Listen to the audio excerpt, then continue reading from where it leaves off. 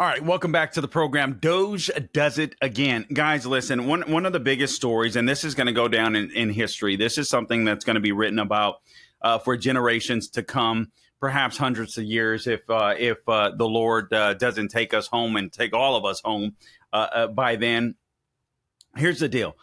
Here's the deal. What you're witnessing is history. We witnessed it with the comeback of President Trump as he won re-election, only the second president ever in U.S. history to do it in two non-consecutive terms. But I would argue that his plight was so much tougher because of all of the lawfare that he experienced, two assassination attempts against his life. It's been absolutely insane what he's been able to overcome. And now we have this billionaire, one of the smartest guys, perhaps, to walk the planet, at least the smartest guy, one of the smartest guys, if not the, on the planet right now, who's good at not just entrepreneurship and inventing stuff, but also good at manufacturing too. This guy is donating his time, volunteering his time, essentially to protect the American citizens. And again, just to reiterate, you have a Democrat Party that is saying, wait a minute. We prefer waste, fraud, abuse, and corruption. The Democrat Party has gone nuts. They've gone haywire. And I want to bring to your attention some of the things that are going on. Also, this week, we learned that the AG, Pam Bundy, newly appointed, is suing New York. And I could not be happier for that. Also, Tom Homan has found the FBI leaker, and he says that there's going to be not just a loss of or a firing. It's not just going to be a loss of pension for this FBI employee. Apparently, there's one, but also there's going to be criminal charges coming. So we have that video for you. So you guys stay tuned for that. But first, I want to get to Doge, and I want to get to some of the things that we're discovering. And I can't believe that we have a Democrat Party. Actually, I can believe it because they're so corrupt. They've been co-opted by the left. These people are morally bankrupt. You've got the, look at them. You've got the AOCs of the world. You've got the Rashida Tlaibs. You've got the Ilhan Omars. Even Chuck U. Schumer has gone even further to the left for whatever reason, I guess to secure his legacy as a Democrat. He's completely horrible. And you've got Doge, you've got Elon Musk, and you've got Trump. Elon Musk fighting on behalf of Trump and fighting on behalf of the American people, saying, look at all of this waste, fraud, and abuse. This is your money that's being spent wrongfully, and we should do something to correct it. That helps the economy, right? Because the more government spends, the higher inflation is. And so that helps us all out. We shouldn't have to pay a bunch of tax dollars to a bunch of thieves and people that are just spending money however they see fit. I've got a story about a legal aid department that you may not have heard of. I certainly hadn't heard of it before, that I'll get to. Legal orientation program, something that Doge discovered as well. It's absolutely sickening. The Washington Times wrote about it. But before I do that, I just want to give you a taste, if you haven't already seen it, of some of the stuff that Doge uncovered this week, totally being transparent in a press conference with the President Trump sitting there, and just being completely transparent about Doge. Let's run the first clip, Gabe. Let's run clip number 23. I want you guys to hear this. You know, there's crazy things like just cursory examination of Social Security, and we've got people in there that are 150 years old. Now, do you know anyone who's 150? I don't know. Okay. They should be on the Guinness Book of World Records. They're missing out. So, you know, that's a case where, like, I think they're probably dead. It's my guess. Or they should be very famous, one of the two. It's a good point. And I mean, I saw some liberals online on X specifically going nuts over this. Oh, he's so dumb or something like that. He's saying that these people have been collecting checks for 150 years. The Social Security Administration hasn't No. Oh, my Lord, people, get a clue. He's saying what's obvious, I think, for anybody that's listening to this program. You've got people that are obviously dead and still getting Social Security checks. Those checks should have stopped a long time ago because they would be 150 years old. I mean, this is insane. And to me, this is no small nugget. Why don't we have a government that is checking this stuff, that knows about this stuff. Here's another clip. This is clip number 24. He talks about the reason why only 10,000 federal government employees can retire per month. Now, that sounds like a big number, but when you consider the government workforce, it's absolutely insane. But here's the answer to that. So let's go ahead and run it. This clip number 24, please, Gabe. The most number of people that could retire possibly in a month is 10,000. We're like, whoa, why is that? Well, because all the retirement paperwork is manual on paper. It's manually calculated, then written down on a piece of paper. Then it goes down a mine. And I'm like, what do you mean a mine? Like, yeah, there's a limestone mine where we store all the retirement paperwork. And you look at a picture of this mine. We'll post some pictures afterwards. And this mine looks like something out of the 50s because it was started in 1955. So it looks like it's like a time warp. And then the speed, the limiting factor is the speed at which the mine shaft elevator can move determines how many people can retire from the federal government. And the elevator breaks down sometimes, and then nobody can retire. Doesn't that sound crazy? There's like 1,000 people that work on this. So I think if we take those people and say, like, you know what, instead of working in a mine shaft and carrying manila envelopes to, boxes in a mine shaft, you could do practically anything else, and you would add to the goods and services of the United States in a more useful way. I mean, this is. And listen, if you see the pictures of this shaft, I'm sure that many of you have seen the pictures of this mine shaft online, and it looks cool. And frankly, I'm not against storing backup paperwork, but this stuff should be digitized. It could be more efficient. You won't need as many employees, obviously, and you wouldn't even need to finish them as quickly. You would have the backup paperwork if needed, just in case, who knows, cyber attack and God knows what. But obviously, this information could be digitized. Let me show you another. This is clip number. Oh, no. Okay. Okay. Never mind. I apologize. Okay. So, let's do this. This is Scott Jennings. We won't play the whole thing. We don't have time to anyway. But this is Scott Jennings. For whatever reason, my computer is now freezing. Clip number 28. He's having a battle on CNN with the lefties there. Let's go ahead and roll this over Doge and these activist judges that are getting in Doge's way and in President Trump's way. Let's roll it. 28, please. I get it. You want individual federal judges who hate Donald Trump. No, I don't. To tie him up for 4 years. No, I don't. If you want a big policy questions decided, let the Supreme Court do it. But in the interim, the executive has to be allowed to govern. Am I wrong about that? Well, you're supposed to comply, but Scott's absolutely right in that the court cannot say you have to spend these dollars today. So as a governor, I dealt with this. We got things challenged in state court and federal court. It's all judge shopped, by the way. Judges don't randomly get these cases. There's a reason that these cases are filed in Boston, the Boston court, or a certain district, Rhode Island, because they know they're going to get a judge. You raise the right point. Should the president, the singular president, should he have to share the presidency with 300 district court judges? No, absolutely not. But the point, though, you made a really good point that there have been judges that shut down some of President Biden's executive actions, and they understand. The Biden administration understood the checks and balances. The Supreme Court tried to stop it, but they never will. But not in the way that Donald Trump is. Who said that? Not in the way that. Okay, let's cut it off. We can cut that. I mean, obviously, they're Democrats, so not in the way that Joe Biden did. Joe Biden completely ignored a state's courts. He ignored the Supreme Court when it came to student loans. He did it in a different way. One of them ends up saying, well, he did it in a different way. And then Scott Jennings is like, oh, so he ignored the Supreme Court. I mean, these people are absolutely crazy. All right. So what is it? What is it that they're so frustrated with? Are they frustrated that Americans are getting their tax payer, getting their money back?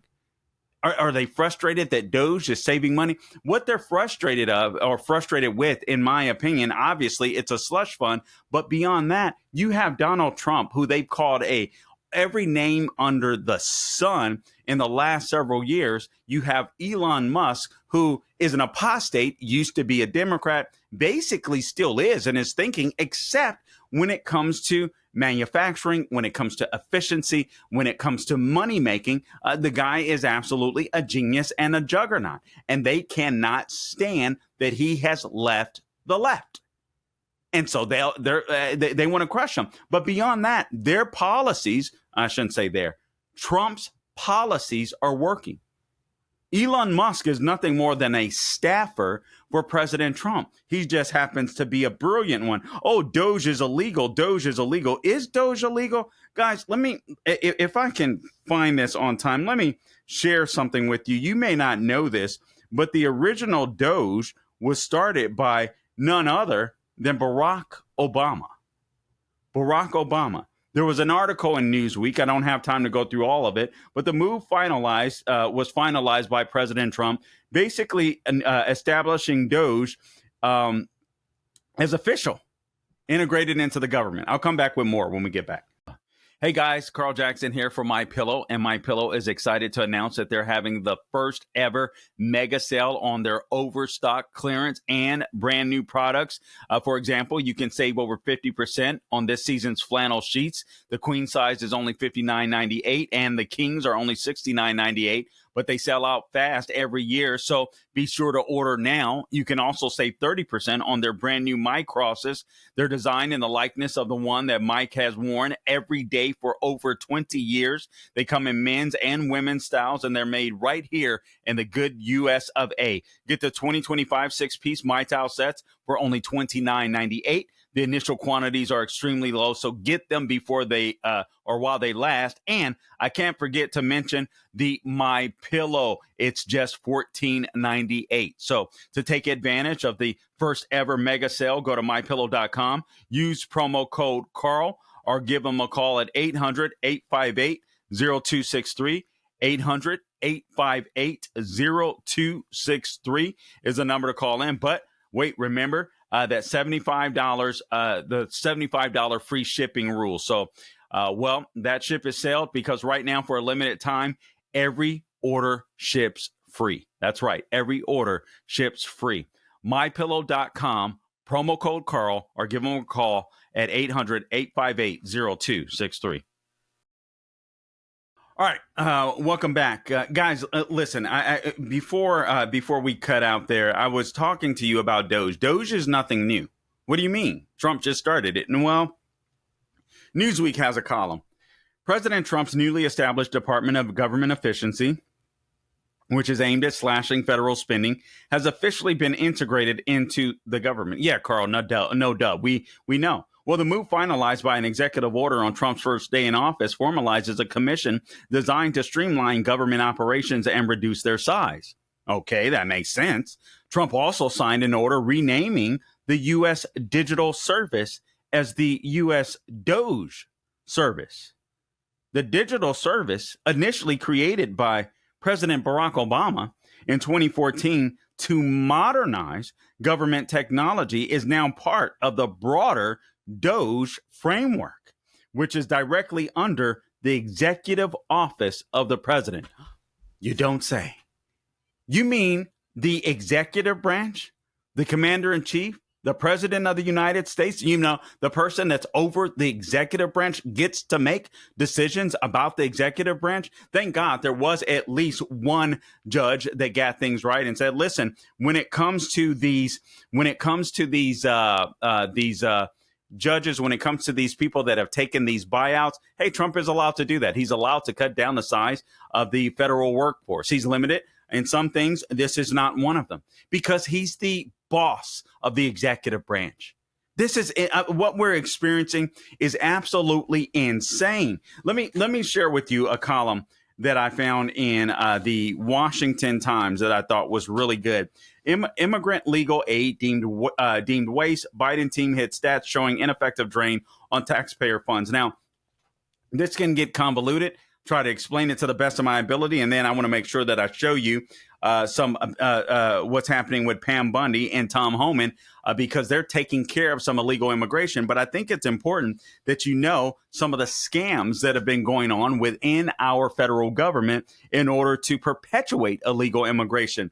Again, here's the summary. It's a waste of money, no real effect on cases. Carl, what are you talking about? So the government spends tens of millions of dollars every year on a legal assistance program for illegal aliens that are facing deportation court hearings. So even though the government studies show it has hardly any effect on these cases at all. So there's a program called the Legal Orientation Program. OK, this costs even more money because the illegals stayed in custody for as much as 7 additional weeks, according to a 2021 study. The combined loss totaled nearly $128 million annually. Carl, I'm a little confused. I know.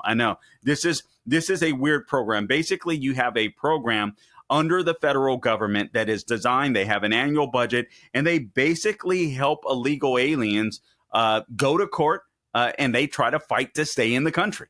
And we help fund that. We help fund that. This program has an annual budget of $28 million. $28 million to help pay for court hearings for legal immigrants. But last year, it was $128 million spent. And apparently the president nor the DOJ knew where that money came from. But NGOs got paid. The Biden administration hid this data from Congress and from the public. This $128 million when the budget is only $28 million for this particular program, much like USAID, where we're learning that it went to go fund trans surgeries and LGBTQ stuff all around the world, all around the globe. You can't tell me that the president doesn't have the power.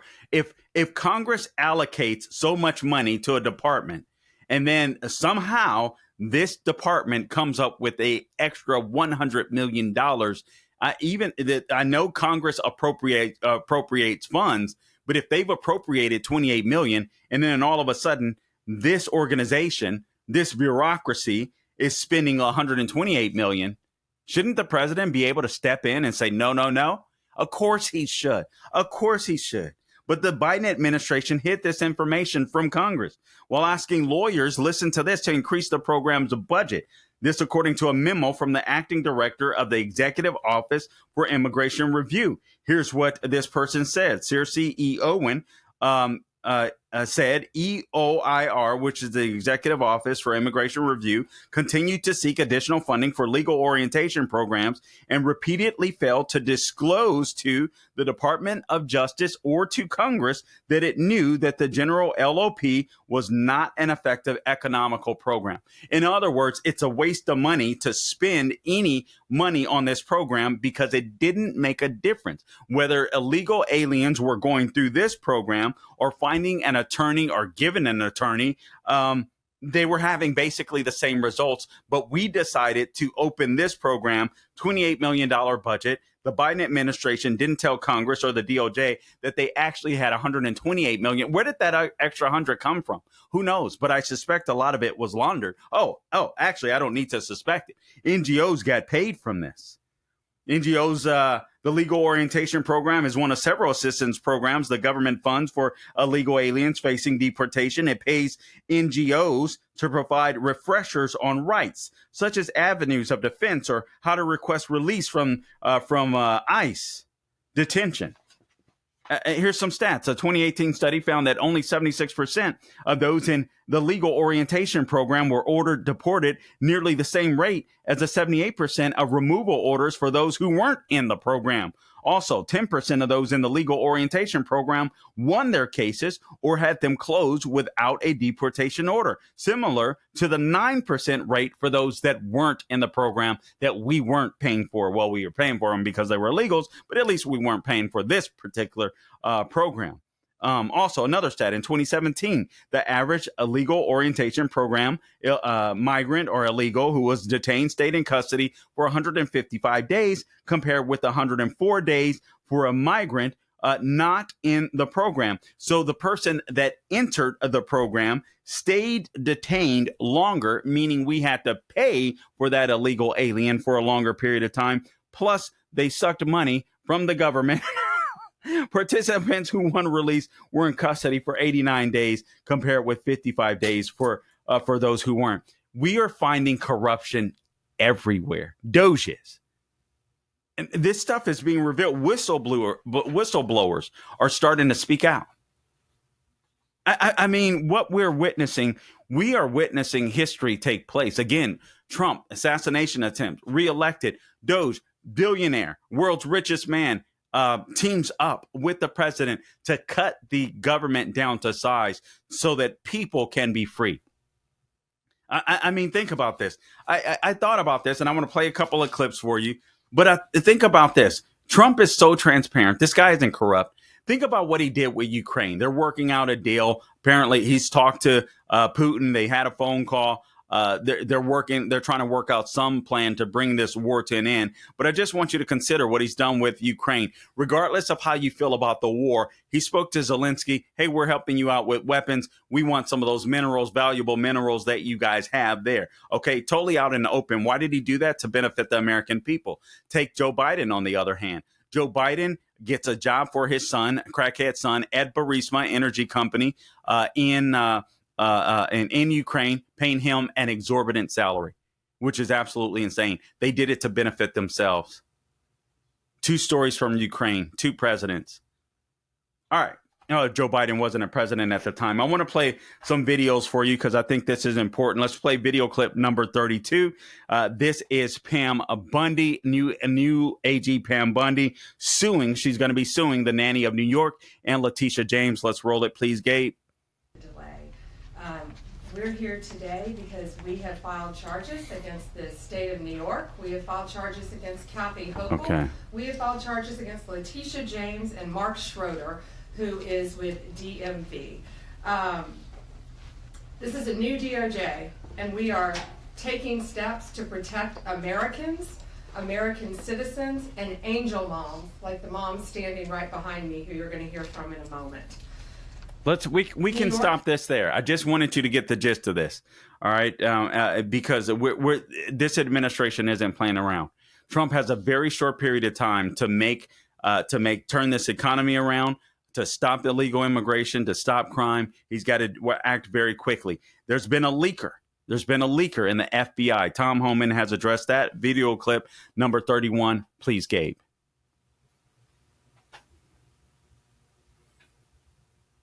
Under investigation right now. The California leak, Secretary Noem, she's correct. Some of the information we're receiving tends to lead toward the FBI. But I talked to the Deputy Attorney General all this weekend. They've opened up a criminal investigation, and they have promised that not only does this person lose their job and lose their pension, they're going to go to jail. They're going to criminally prosecute. So we're all over it. We got the DHS IG investigating the first. So here we've addressed the rhinos, DeSantis, the rhinos caved to DeSantis. Thank God. They're going to fulfill Trump's border policies right here in the state of Florida. We've got Pam Bundy suing sanctuary cities, sanctuary states like New York, and we got this FBI leaker that is going down. Pretty great week in America. Don't grow weary doing good.